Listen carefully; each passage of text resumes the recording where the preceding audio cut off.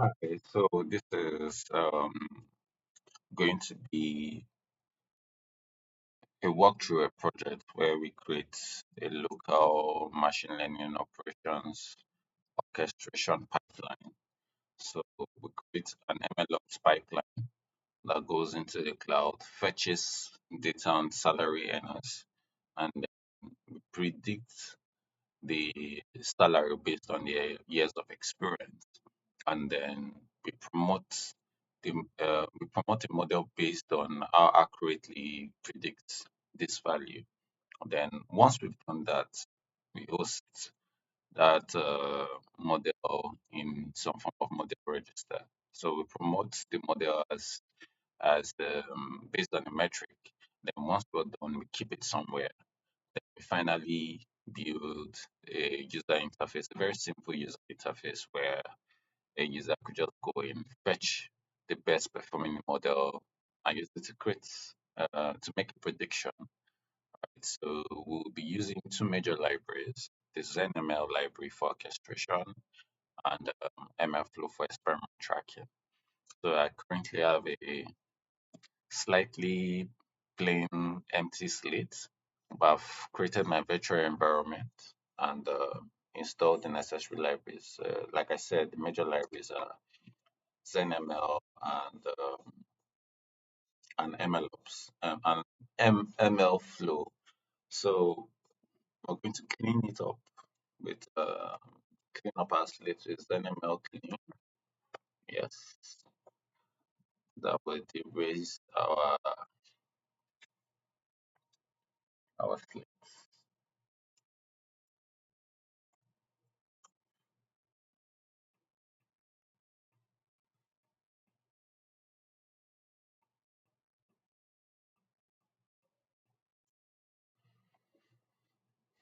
So just give it a minute.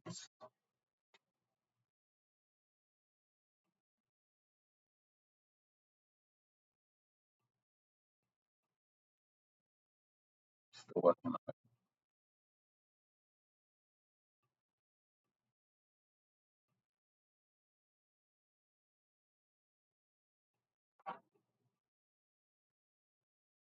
Okay, so it has cleaned up our slates and we're as good as new.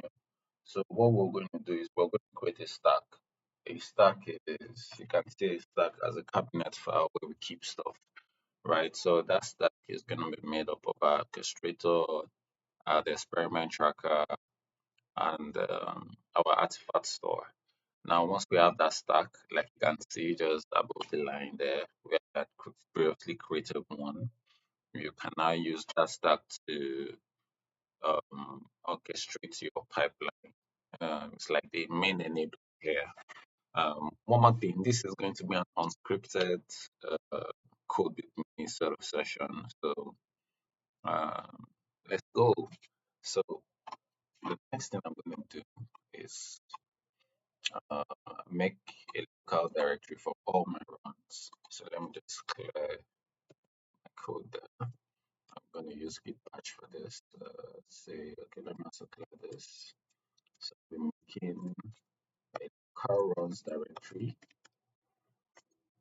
Right. Oh, okay. So let me start run this again. Right. So I have my local runs. Next thing is to create my artifact store, which part will now read that local stores we just created. Alright, so come here and say register a new artifact store called custom local store. Alright, so wait for that to run. Just give it a minute, it's registering. Then next thing we create an experiment tracker with the MLflow flavor. Right, so we have I think about four flavors in MLflow. In ZenML, we have the MLflow flavor. I think we have the Comet flavor, and so there's I can't remember at the moment.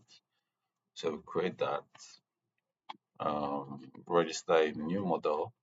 So you can see I also give them names right here. It's called custom MLflow experiment tracker. Here the local store is called custom local store. So to bring all of this together in my stack, which I'll be calling the local MLOP stack, right?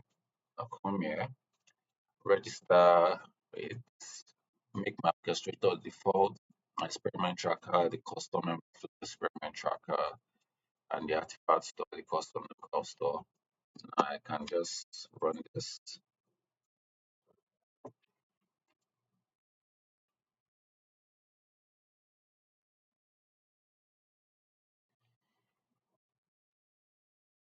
This might just take a while.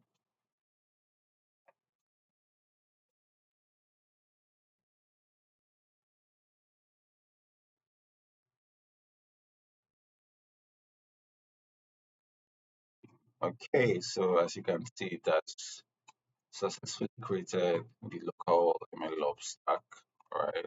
And assign several objects to this cabinet, the artifact, the orchestrator, and the experiment tracker. So with this, we can also look at our stack by listing them out by saying ZenML stack list.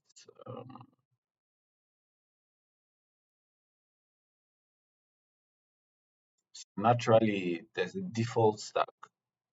When you create yours, you can now set it as your assigned stack. So we'll see what that looks like shortly. Mm, because listing a stack. So as you can see, this is the default stack which is not used anymore, and what we just created right here. All right.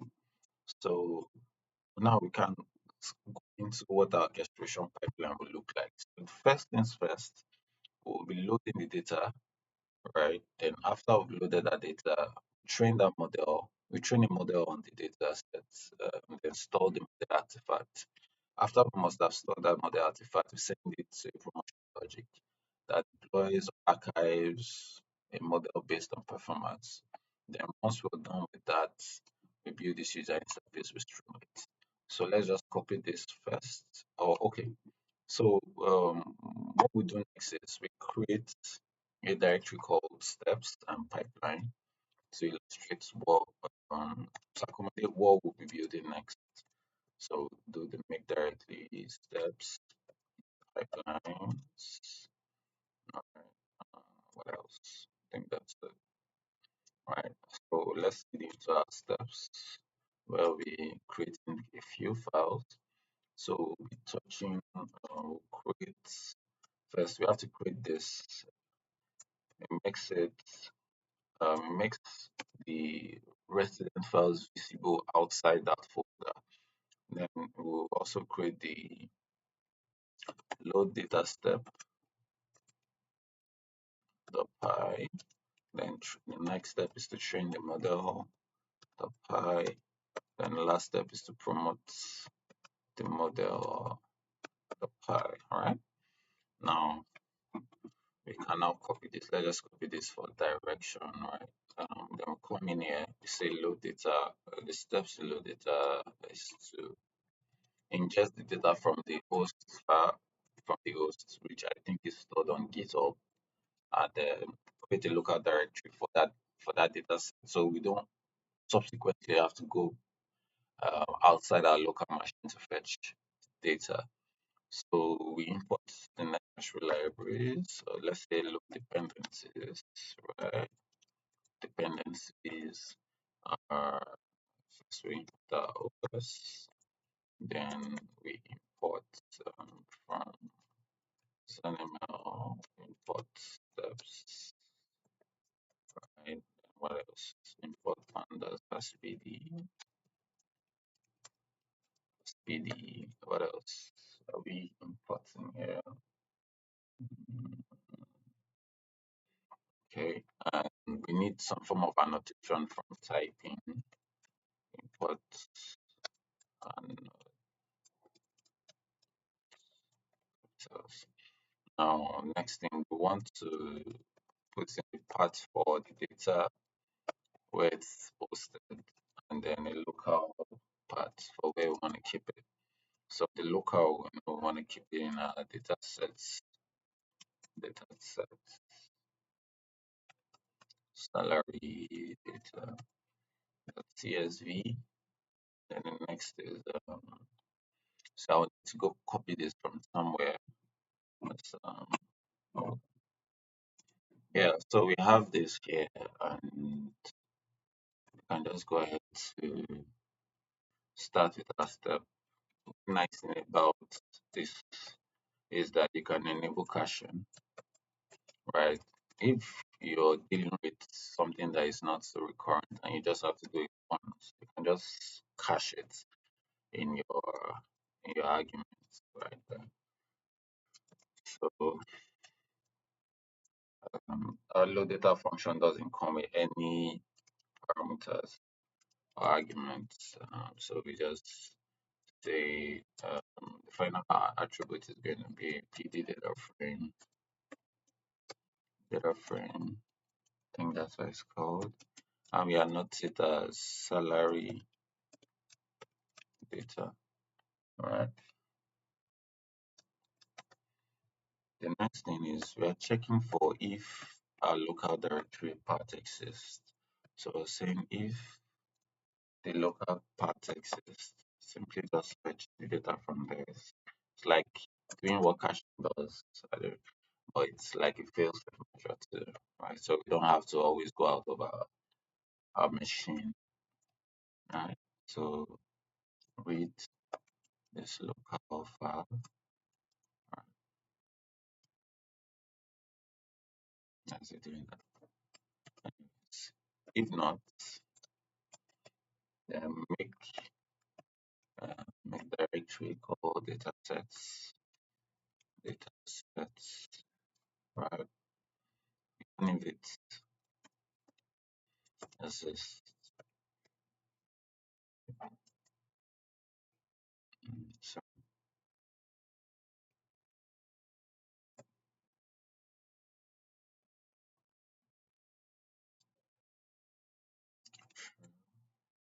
right? And here we'll just say equals to pandas read CSV with the original part where it's hosted, and then save it to our local parts, right? Without indexing, without index, false, right? And then just return this data set. So here we've ingested the data from here, we've ingested the data here, place it into a local directory if it doesn't exist, and then just return on the pandas data frame itself. Right, so that's very simple. The next thing is to now train we'll be importing a couple of libraries. So I will just delete this. With me, we have to do this. Have to do this. And go to load libraries. We just import a bunch of libraries. I think the first, let's just import this, which we've used here. I think we use most of it, maybe not all that stuff. Okay, I think we'll need those. I know here we would also need the model options from ZenML. From here, we would need the union, right? Union, right? But the important dependencies here are the ML libraries that we'll be using, right? And mostly from scikit-learn.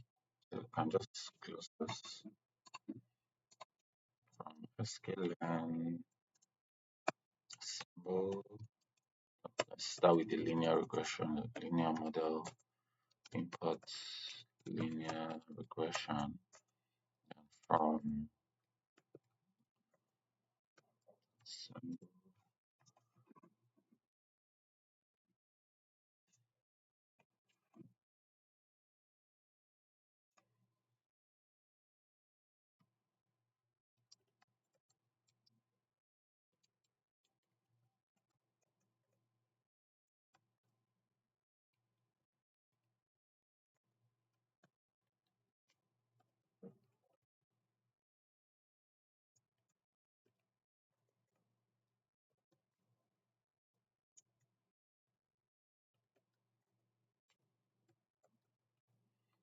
be using the root mean squared error to evaluate, right?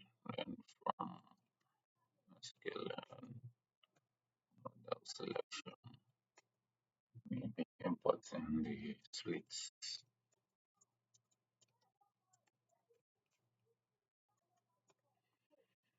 Mhm. What else? Yes, we would need clients. We would need the ZenML client. So we also need the logger client, import clients, client. Then from ZenML, get logger, import get logger, right? Um, what else? Yeah, we also need MLflow. So we import MLflow for experiment tracking, right? MLflow. We also need the MLflow client. So MLflow dot client, I think that's what it's called. Client import MLflow client. What else are we importing from MLflow? Yes, we need the first signature from MLflow, right? We'll call that MLflow models import signature. So our experiment tracker, which we've already set in the beginning of this, would be our ZenML client, right? Active stack, right? And experiment tracker assigned to this active stack.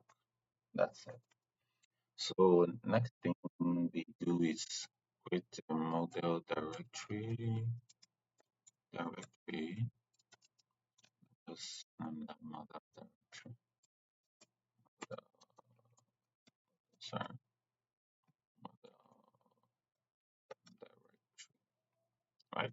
That's that. Then our logger would be get logger. Right?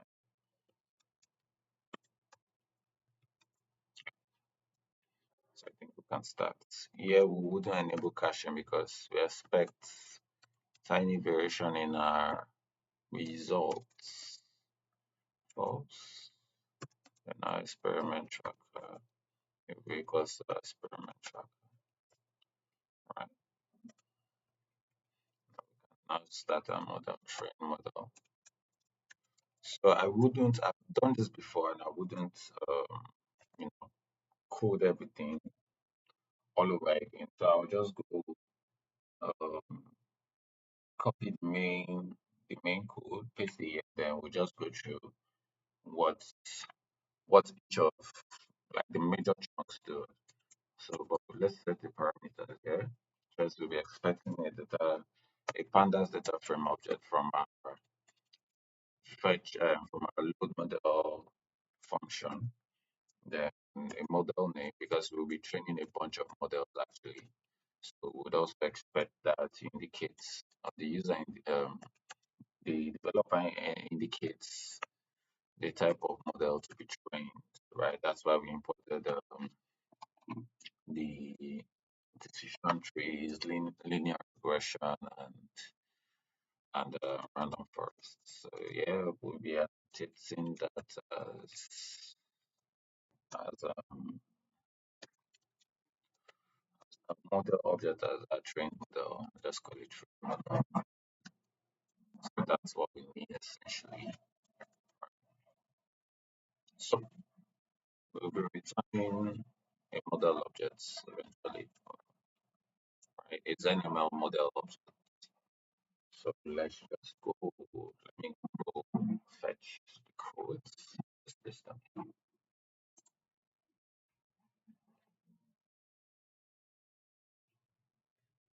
Right. So we're back.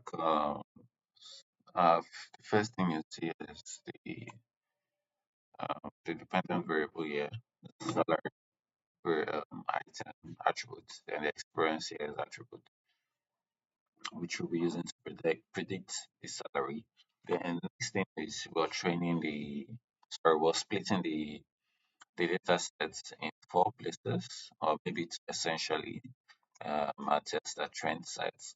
So we initiate a model as a non-object. The next thing is we assign different model names, So depending on the type of model you pass to this function right here. So the next thing we do is we set an experiment on MLflow. We call it a salary prediction. Maybe let's call it salary prediction experiment. Let's call it that. Oh, okay. It's not something we should do actually. Let's because the ZenML will automatically pass the name of a pipeline as our experiment name. So yeah, we're making a few tweaks. Yeah. So we log the parameter. We will log the model name as the model type um, parameter. Then next thing we train a model. Right.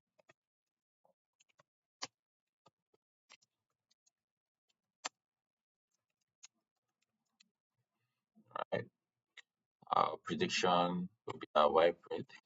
So we don't need this actually. We can just do root mean squared error, which is the same thing as this the square of the mean square error. Uh, so we are having some errors here because we don't have Y test, but this is Y test right here. Okay, because maybe it's because of this. Right. So this just creates like a snapshot of this relationship, the infer signature, and then we pass a metric where we're logging the RMSE value, the root mean squared error value. Now on uh, MLflow, we have to assign a tag to this model, right?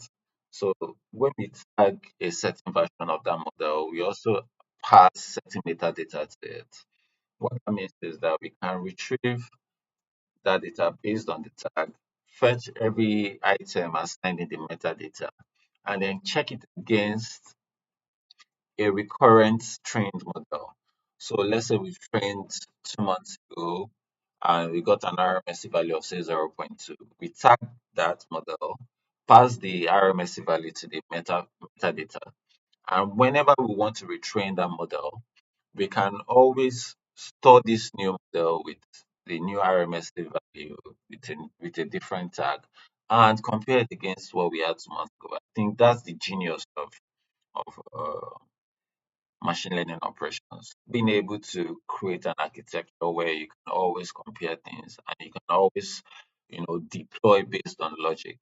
So um, we are creating a registered model name. We pass this name to it, right? Then we say we want to log the model, pass the signature, pass the name, pass the artifact part, right? And then we don't really need the run ID to be. Okay, yeah. So we can just store the run ID to metadata. Yeah. So here we can search our model versions based on the registered name. Let's see what just happened. All right. So we can always search based on the registered name. We get uh, the most recent version, right? Um, then we return a log showing the run ID and the model version. Then we can also download that model. I use this to make sure that indeed this was happening. So I just checked again by trying to download the model, right? So but this isn't really necessary. I think I'll just comment it out, right? Now this is the part where we start to tags to the registered model. So as the model as a whole gets this key tag to it. However, every model will come with a version, and that version takes a certain tag. And by the time we're training it, we assume that okay, maybe it's not good enough. Let's just place it in staging. And that's what is happening here, right? We place that certain model, whatever is currently being trained, we assign a staging tag key to it. Then we also create a ZenML model object. So this model object is what you should naturally use if you're just working with ZenML. But I figured that on Windows OS, the deployment of models is very tricky, and I tried to do it, and it wasn't really satisfactory. So too bad, but quite good because now we can use all our model promotion logic with just MLflow. So I'm talking too much, but essentially that's what happens there. We just with this NML model object, so that we have something to export out here, right? So we also pass the RMSD value and the staging to the staging tag key to our metadata over here, right? Then we'll also log the metadata. I don't know why I have to do this twice, but it works. So uh, then we set the stage to so there are three major stages in ZML: archive, staging, and production. So we just set that over there. Then we store a local version of our model. We need to create this above in our dependencies, right? Then we dump the model in our local parts, just the same way we did with our data over here. We create a local version of our trained model, right?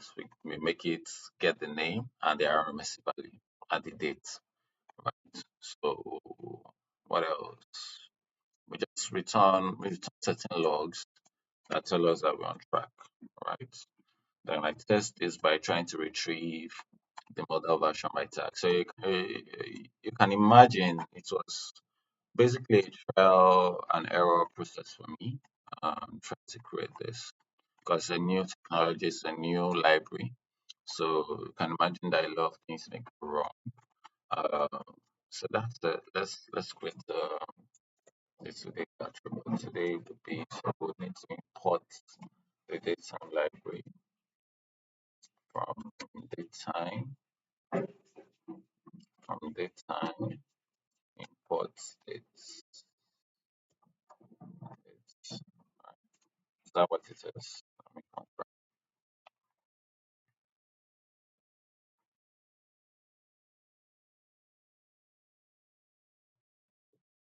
That's correct. So we just say today equal to date today,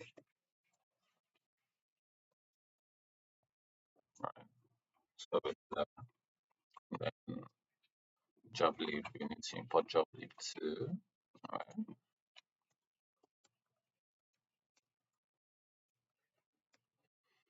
Alright, right. We have job lead now. So login, I don't know what I'm getting. Okay, let's just change it to login then. Login. Uh, that's it. Okay. Then we're returning the ZenML model object. Yeah, that's it. So as you can see, when we go to our template, we said we want to load the data, we want to ingest the data, right? Then split it into right? Train regressors. So selectively train a regressor based on what you get from our parameter over here. Then we're exporting the model. Okay, I think that's the step. Okay, start experiment. So this is done by default on the back side. Then we export the model as an ML model. I think there's an error here. Let's change this to login. All right, that's it. So this should work. So for instance, if we went into our pipelines, so let's say we create.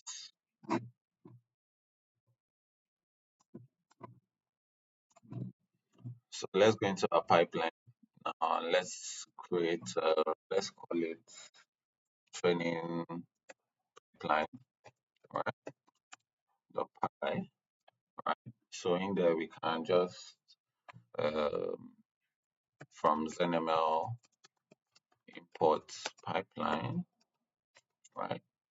Then from every step in here, we're going to import it. So we'll say from